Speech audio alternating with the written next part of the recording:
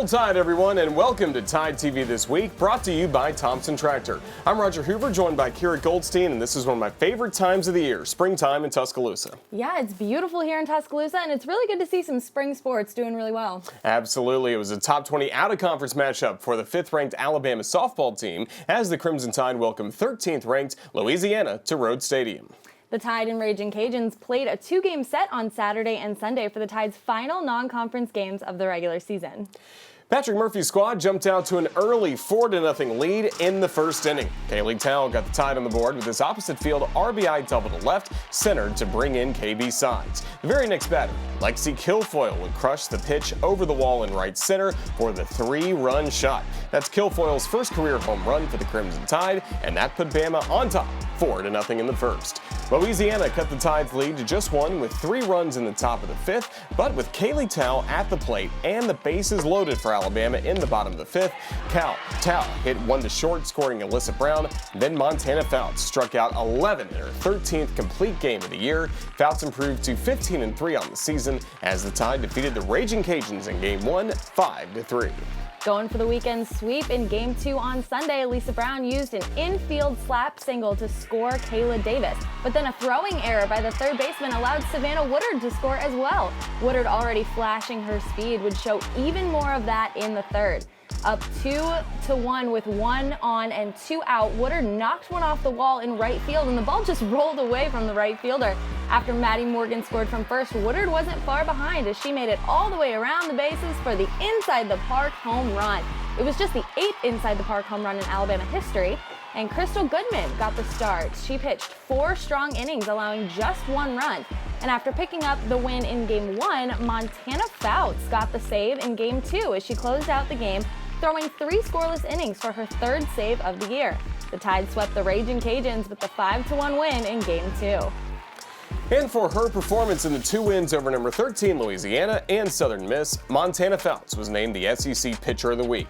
Fouts had a complete game win against the Raging Cajuns and picked up a couple of saves against Louisiana and Southern Miss last Wednesday night. And the Crimson Tide move up in this week's rankings. The NFCA, D1 Softball, and USA Softball Top 25 polls have the Crimson Tide at number 4, while Softball America has the Crimson Tide at number 3. Good for them. This weekend, Alabama gets back to SEC action as the Tide travels to Athens to take on the 21st ranked Georgia Bulldogs for a 3-game series. Tuesday was the 10th anniversary of the tornado that came through Tuscaloosa and the surrounding areas. While it was a devastating time, it brought all of us together to help one another and rebuild Tuscaloosa.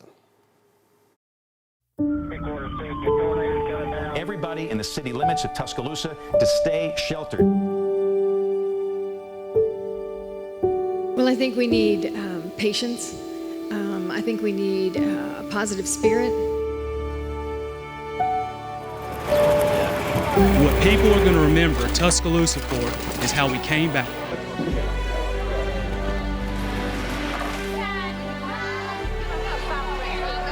This team reflected the spirit of the people of the state of Alabama in the way that they overcame adversity that was created by the terrible tragedy this spring.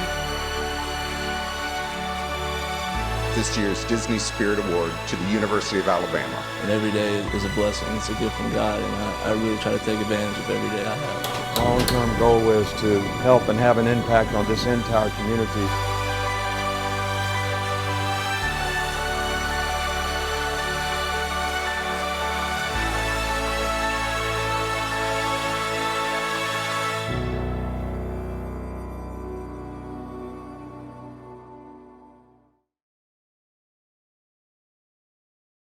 Tide TV This Week presented by Thompson Tractor, the exclusive provider of Caterpillar heavy equipment and genuine Cat parts for Alabama and Northwest Florida. Visit ThompsonTractor.com for more information. The University of Alabama, where legends are made. Ford, for great offers on F-150, see your local Ford dealer. Proud sponsor of the Crimson Tide.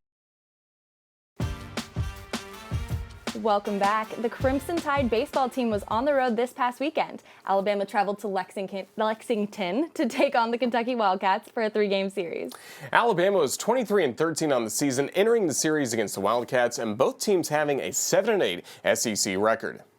Junior Tyler Ross was dominant in Game 1 against the Wildcats as he threw 7 innings of 1-run ball, striking out 6. Crimson Tide bats took the pressure off on Ross early on. An Owen Diodati double in the second put a run on the board. Then in the third, a William Hammiter triple scored Peyton Wilson to make it 2-0 Crimson Tide. 2 batters later, it was Sam Prater singling to right field, driving in Hammiter for a 3-0 Alabama lead. Then in the 7th, the Crimson Tide put 7 runs on the board, capped off by a Jim Jarvis 2-run double to right center. Ross picked up his 6th win of the year as Alabama won big in Game 1, 10-1. The Wildcats came back to win the final 2 to take the series with a 5-2 win in Game 2 and an 11-0 win in Game 3 on Sunday. Alabama bounced back in a big way on Tuesday night against UAB in Birmingham as the Tide defeated the Blazers 9-3. And it was a big day on the campus of the University of Alabama on A-Day. When we return, we'll give you an all-access look back at the Tide's final practice of the spring.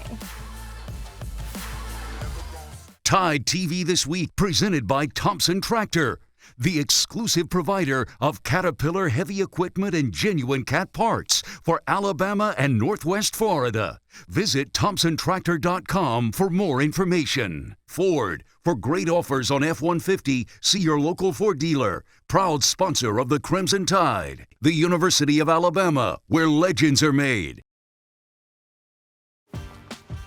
Welcome back to Tide TV This Week, brought to you by Thompson Tractor. Unfortunately, this is our final show of the spring, and I can't believe we've done 35 shows. 35 shows, a lot of championships in that time, a lot of great wins for Alabama. Absolutely. So as we wrap up our spring coverage of Alabama athletics, let's take an all-access look back at A-Day with the Crimson Tide.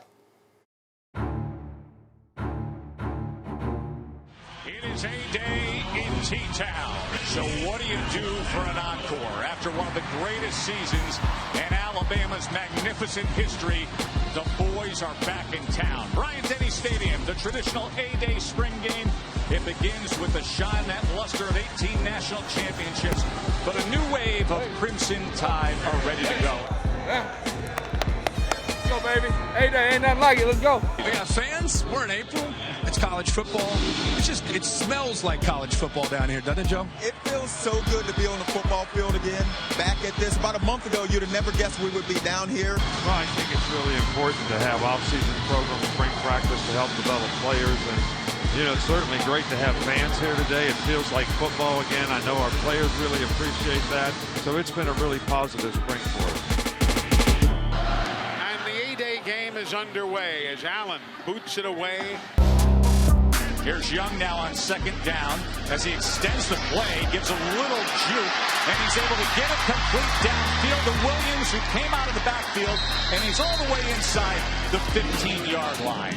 Will Reichert with the 22-yard field goal, and he gets the white team on the board, 3-zip. Young downfield, and he connects. Cameron Lofton takes it down the left sideline, and he is in for a touchdown. Score, man. Straight ahead. Score. Barker back to pass. He's going to take a shot downfield. A lot of contact and well contested as a giant hole comes down with it. Young pressure, ball comes out inside the 5-yard line as there is a scramble for it, and it's going to be a defensive touchdown. Jalen Moody. Yeah, but yes, sir.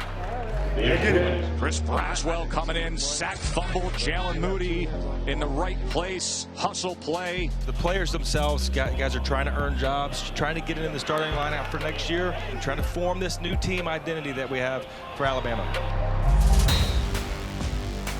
Tyson able to split defenders and run ahead. I'm slow, but man, that was close. I thought I got that one. And Chase Allen is able to split it.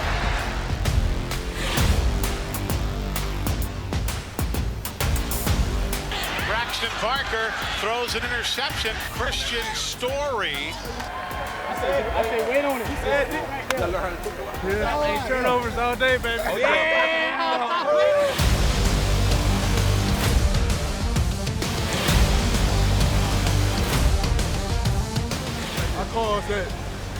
calls it.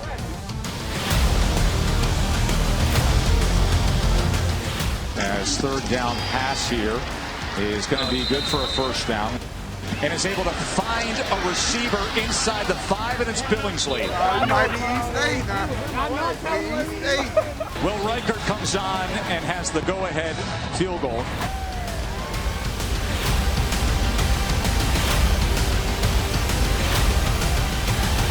And that'll do it. Game-winning drive with the field goal that won it. 13-10, the white team. Now's the time in the locker room after the A-Day game that you say to everybody, look, it's time for us to come together and become a team. No offense, no defense, no crimson, no white. And everybody's got to create winning habits. So we made a lot of progress, but certainly looking forward to taking every opportunity that we have to improve our team and continue to improve our players. You know, it's hard to believe spring football is over. The next time we see the Crimson Tide on the field will be against Miami on September 4th in Atlanta. Can't wait. It will be here before you know it. You know what is here, Roger, though? A new playground. This past week, an all-inclusive playground at Sokol Park in Northport opened. Thanks to Coach Saban and Miss Terry, they had a big hand in it, and the Knicks Kids Foundation played a major role in the construction of the all-inclusive playground.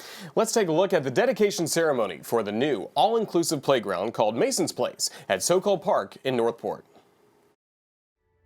I simply would like to say how grateful we are to be a part of this wonderful, exciting project.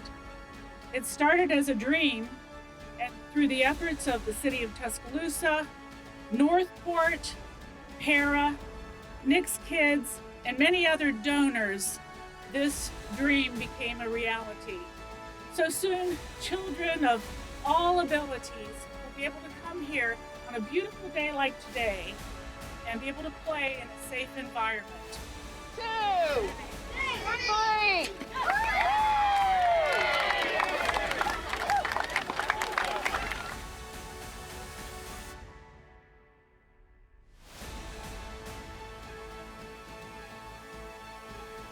So again, thank you all for coming and full time.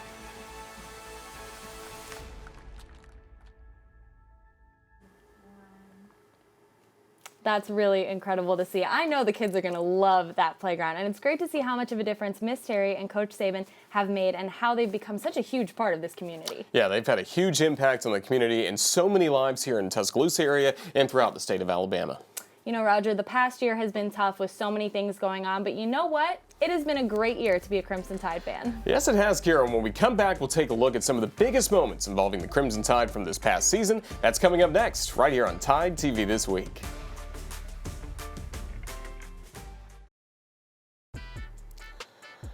Welcome back to Tide TV This Week, brought to you by Thompson Tractor. The Alabama men's golf team took part in the SEC Championships this past week in St. Simons Island, Georgia. Jay Sewell's squad finished stroke play in a three-way tie for second with number 19 Tennessee and 23rd ranked LSU.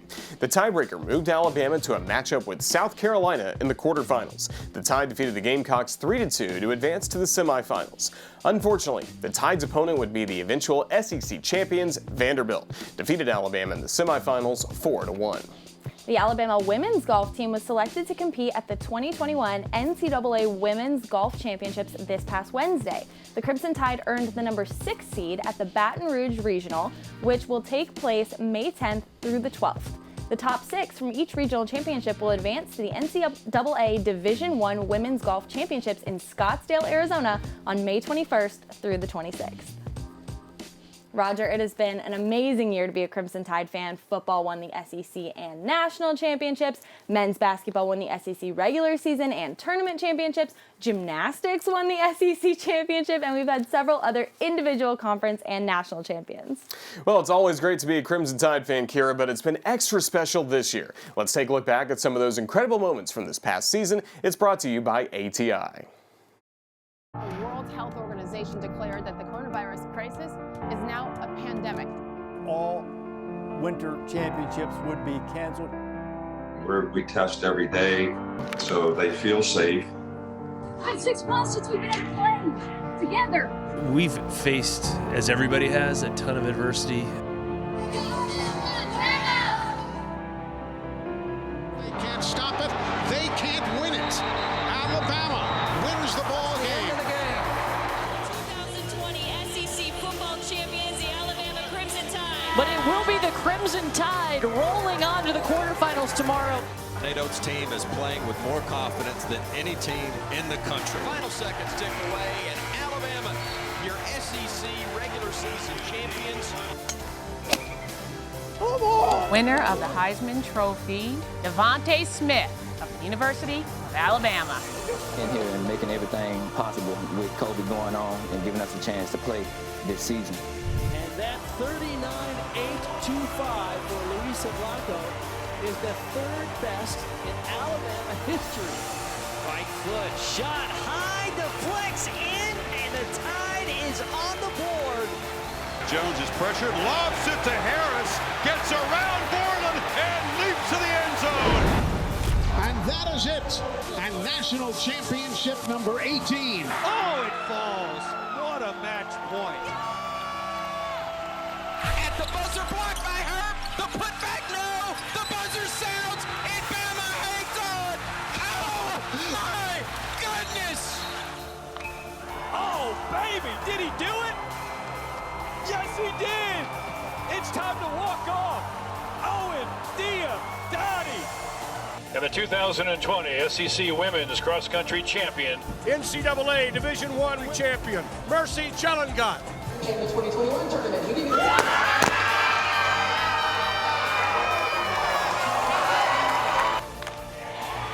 Pounds it.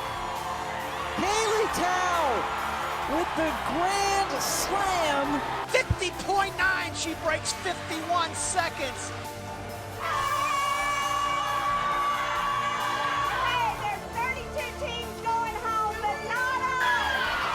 They have been through so much. They have bonded together with their teammates, their sisters, like no other years.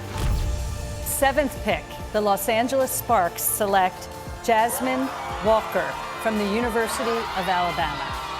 Lineup is lifted into deep left. Still going, it's over his head. And the Crimson Tide walk it off again. We started the season, we didn't even know if we were going to have a full season. And the fact that these athletes are all here in a safe, healthy environment. 1, 2, 3, together. It is the silver lining of this crazy year. I hope you enjoyed the show, baby. Roll Tide, Dottie. And I'm really happy for you, okay? We're not done yet. We ain't done yet.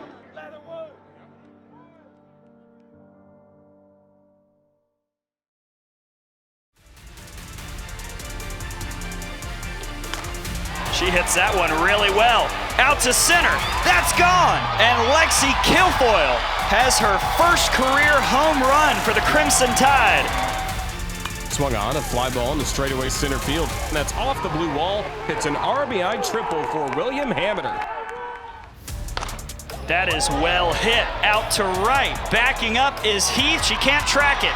It's off the wall. And that's an inside the park home run from Savannah Woodard.